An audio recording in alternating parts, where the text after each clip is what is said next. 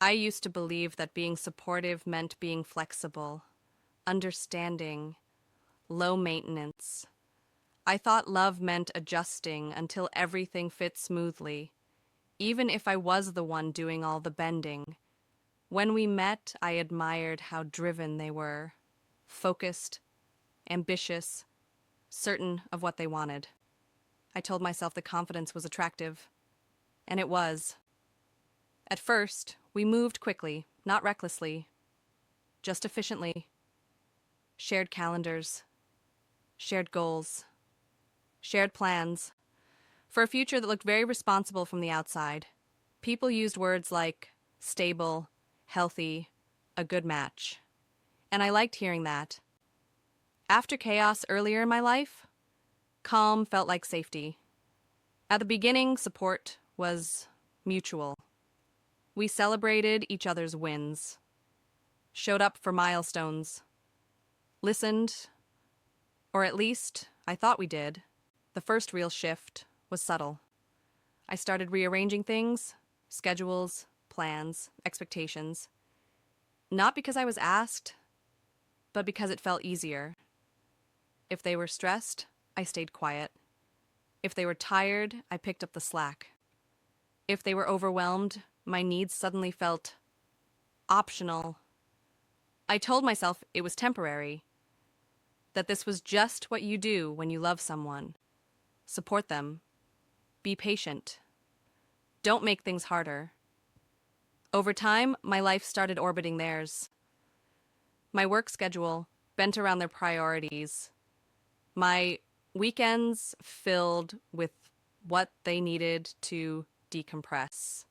Friends stopped hearing from me as much, not because I didn't miss them, but because it was always easier to cancel. Just this once. Things will slow down soon. They didn't.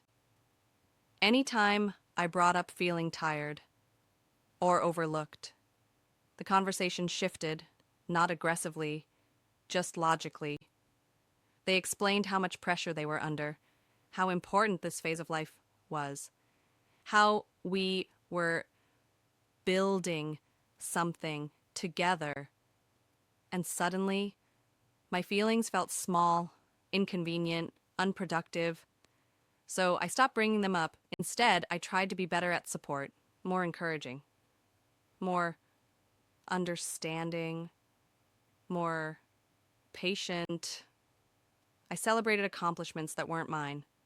Put my own dreams on pause, not permanently, just for now.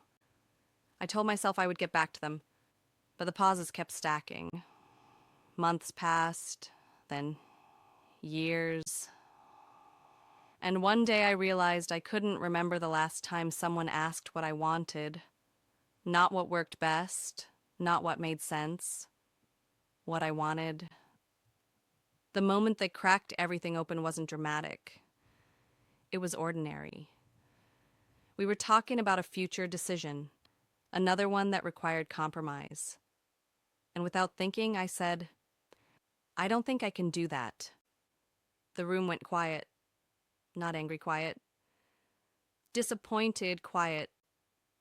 They looked at me like I'd changed the rules mid-game, and calmly said, I just thought you'd be more supportive. That word, supportive. It landed differently this time, because suddenly I understood what it meant in practice. It meant agreeing. It meant adjusting. It meant sacrificing quietly and never asking when my turn was. For the first time, I didn't rush to explain, didn't soften it, didn't apologize. I just sat there and felt something unfamiliar. Anger, not explosive, clarifying. I started noticing things I'd ignored before. How my exhaustion was treated like a phase.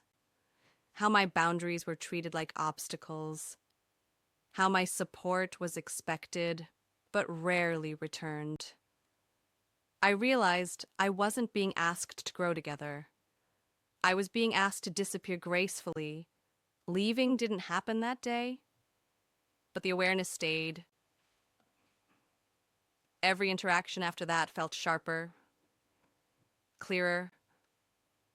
I stopped volunteering my energy automatically, stopped smoothing tension, stopped pretending I was okay when I wasn't.